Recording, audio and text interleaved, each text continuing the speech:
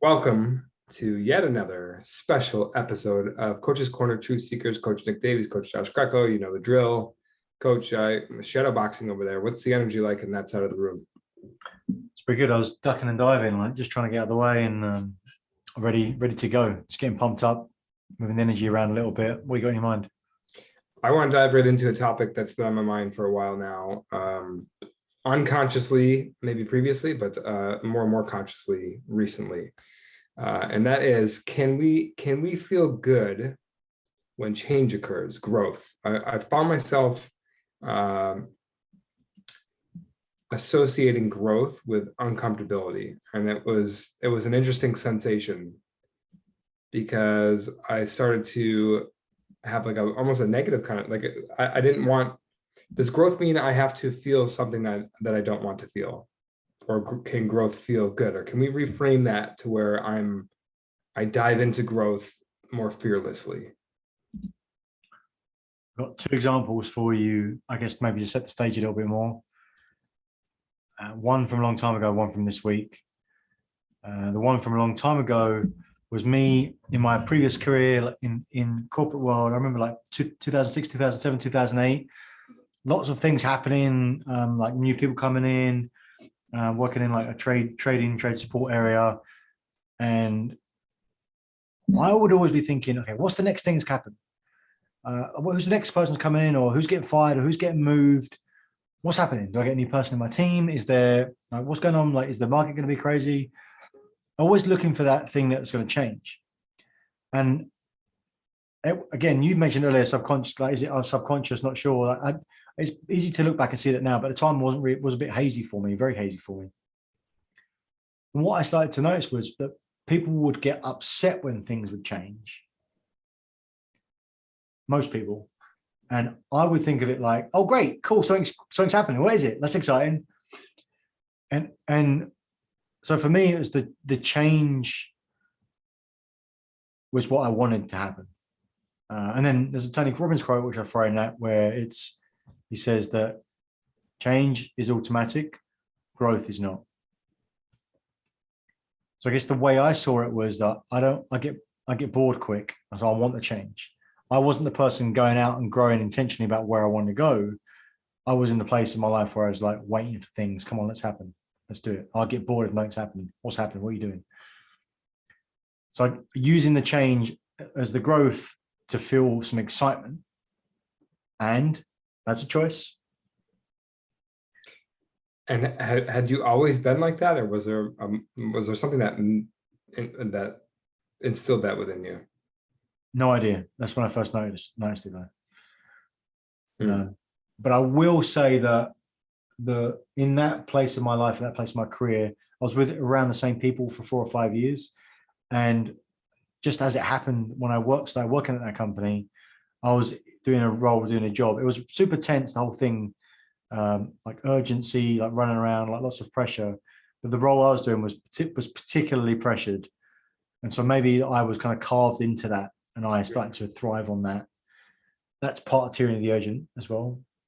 So too much going on. But when it went too far back the other way. I wasn't settled. I wanted more change. I wanted more like calamity, growth. So choice to take the change and turn it into growth and feel excited about that. Yeah. I'm glad you made that distinction with the like swung back too far in the other direction. That's what this is, right? We get into a phase of comfortability. We're like, okay, we're ready. Like, I'm ready for the upgrade. This is boring, or like I'm not fulfilled in what I'm doing. Let's go. Let's seek it out. So then maybe you experience that, you get to that stretch point, and then you look for, okay, where's the ground? I've been in the air for a second here. I need some stability. So then you go back. So that we've hit on that principle before, the pendulum going back and forth. Yeah. I'm wondering if we can really, like, what part of that pendulum do you want to hone in on? Is it the swing back and forth? And what part of the swing? Is it going forward? Is it going backward? Where should we get a lift from today and understanding? I think we've got to be really careful with the extremes. That's what's jumping to mind right now, right? Because if you're so busy that you're pushing so much that it's all growth, you're always uncomfortable, you're going to start to get worn out really quick. and you're going to start to resent that really quick, and you're going to want to swing back the other way a lot. And so, burnout. That's where burnout occurs. That's where burnout occurs, and you want to swing back all the way the other way. Fuck this, I'm out of it. But if you do that, then you get to a place where, and then you get too used to being too comfortable. It's too slow. Then the thought of starting again, even though you're bored and not happy, becomes too painful. So that's why people get stuck doing nothing or small things for a long time. The thought of going to do something else, which actually allows them to feel like growth and feel like moving forward and get excited, is too painful. It's too much fear associated with that. So really want to avoid both of those extremes. Because I remember thinking about in those terms that when it was busy, it's too much, it's too busy, it's got to calm down, I would get someone in, or like the microphone slows down, whatever. And it's like, now I've got like 3 or 4 hours a day where I'm just sitting, waiting. And I'm like, I wish it was a bit busier, but you know what? I'm kind of like cozy. It's all right. Let's go get another cup of coffee. And then when it's like, I want it to be busier, but now I'm worried at getting busy because I don't know if I can handle it anymore. So it's the extremes for me. So it's the right momentum.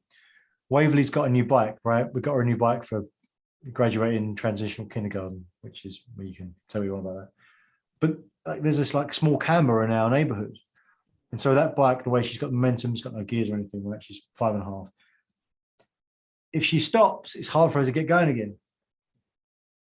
And so if she goes too fast, it's hard for her to slow down. So she wants to keep in a place where she's making progress, but not that it's pushing so far. This is back to your 80% rule. I think that's where it's at for me. Because if you're all the time in that uncomfortable place of growth, then what slips into your mind is, why am I even doing this? It never feels good. Ultimately, I'm doing stuff to get comfortable, right? I want to be comfortable at a higher level. But if it's always all push,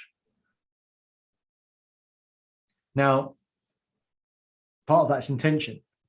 If you've got some really, really big push to get to, then you are going to be uncomfortable for a long time. But if that's what's intentional from the start because of a specific outcome, then you can deal with that more because you've got parameters. I actually really love the bike analogy because that makes a lot of sense. Like if you go too slow, you tip over, right? It's a bad thing. If you go too fast, you're out of control.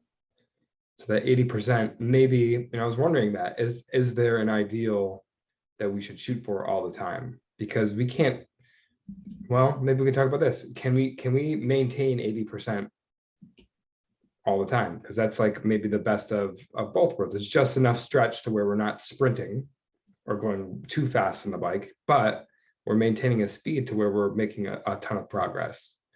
But maybe that's where external forces come into play, right?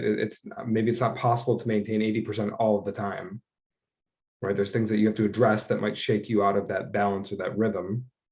I might also make the analogy of well, this is a different type of analogy, but of walking, right? So almost like a yin and a yang, like your left foot and your right foot move, and that's how you make progress, right? One has to move forward, and then the other one moves forward. They both can't move forward at the same time unless you're doing something with your arms or cheating, right? So at the moment that one foot comes into a parallel with the other foot, that is the balance. But it only happens like briefly for like a snap second, and then it's out of balance again. But it has to come back into balance to go out of balance to come back into balance.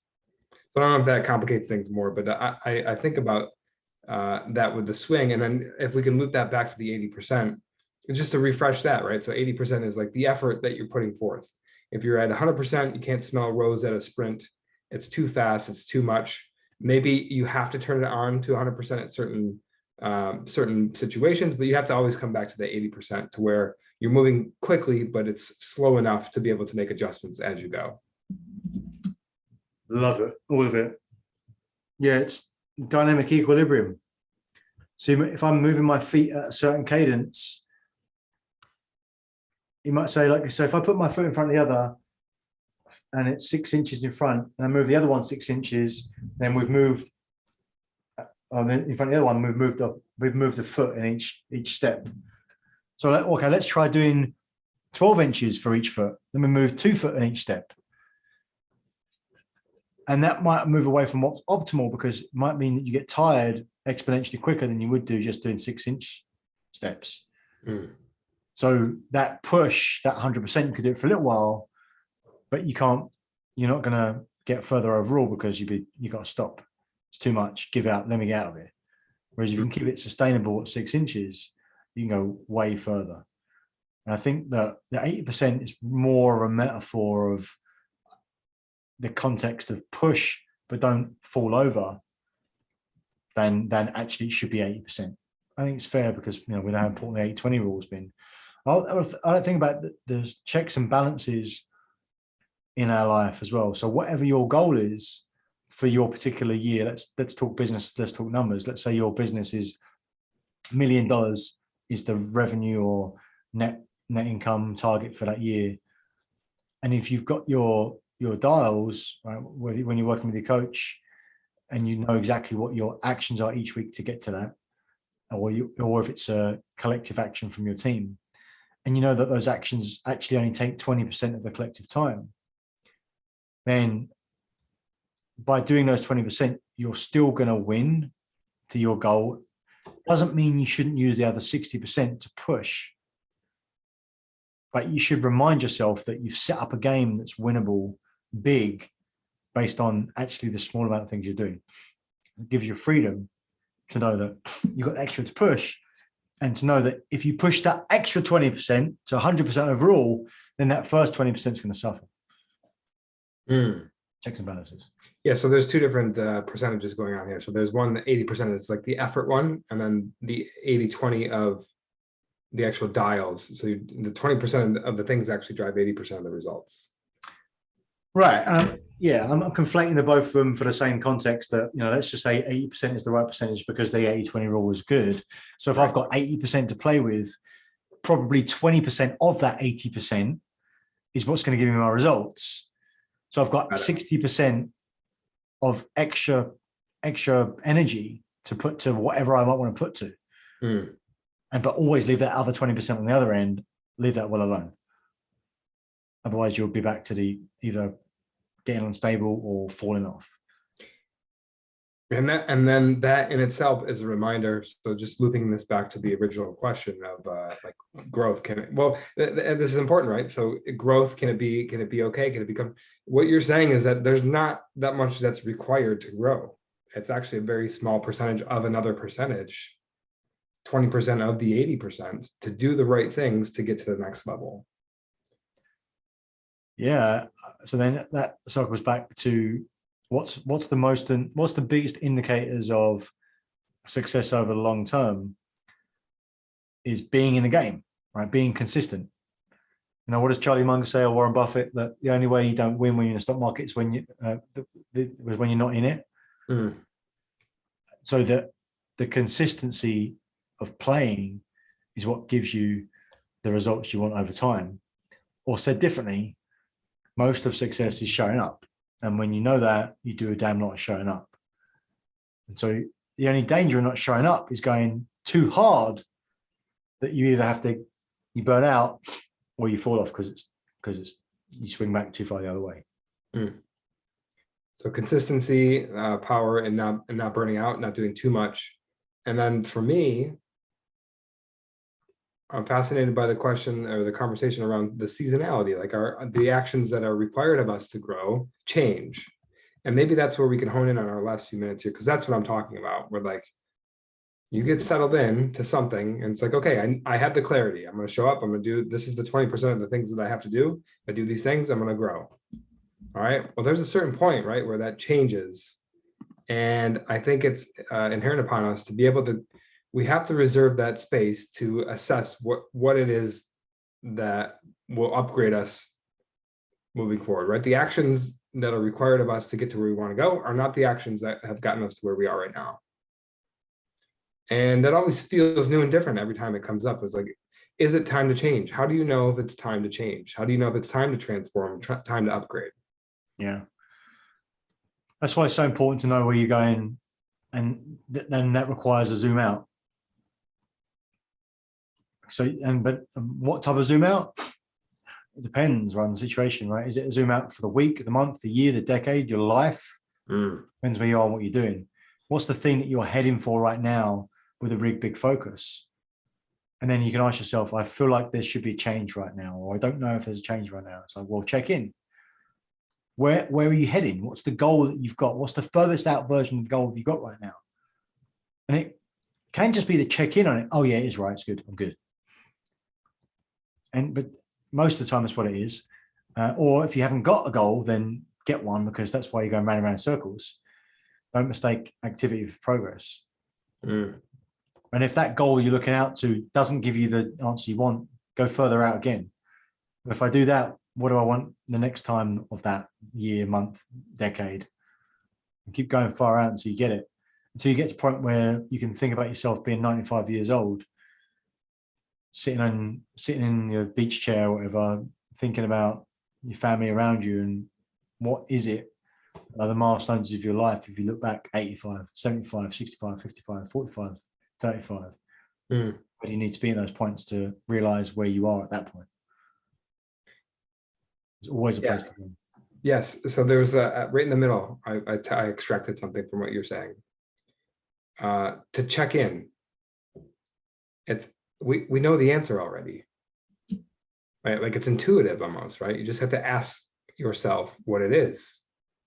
That's why the space is so important. That's why it's 80% and not 100%. Because if you're at 100%, you can't do that check-in. So this is starting to become clear to me now. So it's because I think the intuition piece transforms over time. So that's why a check-in in January is going to be different than a check-in in June.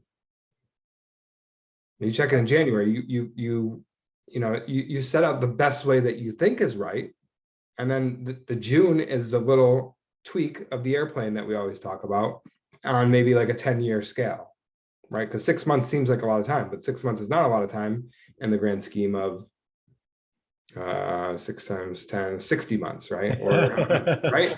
So it's all relative, but it's a smaller version of a much bigger game. And so those check-ins, those intuitive check-ins that we know are the little alterations that we need on a bigger playing field. And that's why I say everything's always context, contrast, or scale. Because in order to win the big game, you've got to win the small games. So that's why you're doing a January to June observation comparison. A lot of things have changed, but you can't even look back on that if you're not checking in second week of January, third week of January, fourth week of January, first week of February, because all of those things come together to make where you are in June. Otherwise, you get to June and go, I haven't really done much on that. And it becomes exponentially more difficult because you essentially have to start again because there's no thread. There's no point. It becomes a useless event trying to go find the thread because you don't even know where you dropped it or what it looked like. You might as well just start your new thread. That's why that consistency again is so important. All of these things together. There's no like one answer for like what's the best way to do it. It's like it's all of it at once. And what you need at the time is just the art of what you need for you. Check in. Are you going where you said you're going to go? Yes. Okay. Does that fix it? Don't know. All right. We'll keep searching. If you get to where you said you're going to go, what are you going to get? How's that going to feel? What's it going to mean for you the next decade after that? Well, and then play it and design it, and then you get to go. Okay, am I doing the right thing right now? I don't want this anymore. What's next? Right? It's thinking a bigger game. It's thinking long term. It's like the housing market's crazy right now. Like a few months ago, some of our neighbors moved out, and like a bunch of neighbors moved out, and like I don't know any specifics about it, but I know that the prices is like going up by double, and it's crazy. So at a certain point, there's going to be an opportunity where it's like, oh my goodness, my value of my house is twice as much as it was before. I have an opportunity now to cash out on that and do something. There's an opportunity that I didn't expect to happen. Now that becomes, and there's no wrong or right on this, but that becomes something that leads you. And if you haven't got a plan for yourself about where you want to go, the things that other people are offering you tend to be the things you look at because you're not already focused on where you're going. You end up living someone else's plan. It drives me crazy, like personally. Like, so if this is just a distraction, oh, this is an opportunity over here. It's like I'm already working the game I want to work to get the outcome I want to get to. And if you flex and change your life to something else, ultimately it might be an opportunity, and sometimes you want to take opportunities for sure. But does it get you to where you want to go, or does it put you on a path you don't know? And if you haven't defined where your path is, or at least at minimum, ask yourself what your path is when you get the opportunity, you're going to end up in a place you don't want to be. How else can it be that way? If you can't define it, be like, how did I get here? Oh, I guess this is just what I got given. No, it's the choices that you made through when we're back to awareness. So huge. I think we may have referenced this on previous episodes too. The book, The Big Leap, there's a chapter in there about the author turned down like a huge opportunity. I think all he had to do was endorse a product and he would have made like 50 grand or something like that. But it wasn't in alignment with what he wanted, with the path that he had laid out. So the answer was so easy to him for him to say no. People like you and me sitting here, or somebody watching this, right? 50 grand, like, I just got to do this. Like, you're going to think twice about that. But he had it all planned out for him. So that really resonates with me, with like living somebody else's. Like, I think we kind of have a shiny object syndrome sometimes, where we can chase whatever looks good around us, but is it really what we want? Because guess what? The author could have done that. And then, like, I don't know, maybe years down the road, he's associated with this product that he never would have endorsed. And that 50 grand is gone by then. Like, in the grand scheme of things, it's not what he wanted to do in alignment with what his vision is.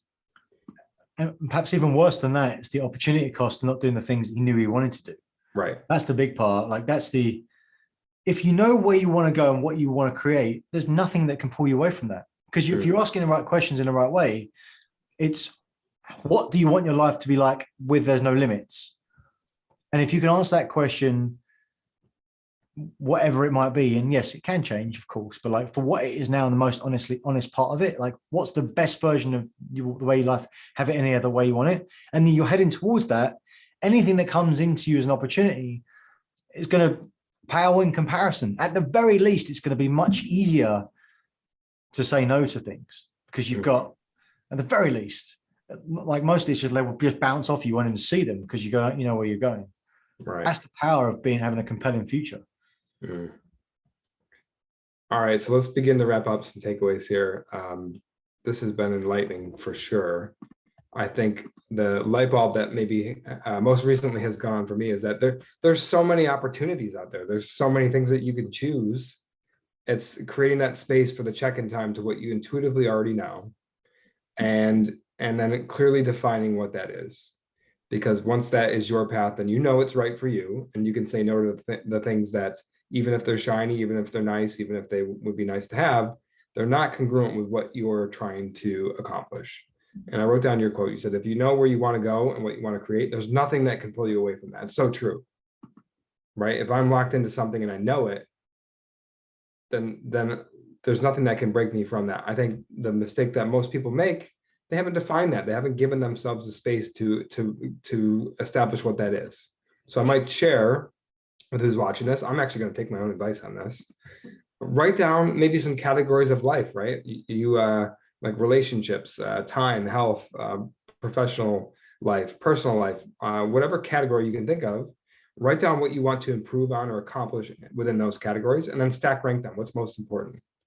Because it's going to change a little bit. It's going to alter over time. But set your course with one of those things, and have that clarity. When shiny objects come up, you'll have the answer already. You'll know what you stand for and what you want to accomplish. Absolutely, coach. Nailed it. Right. Saying no is easy when you know where you're going. Bingo. That's it. We're going to leave it right there. Thanks for joining me on this week's episode. We'll see you next week.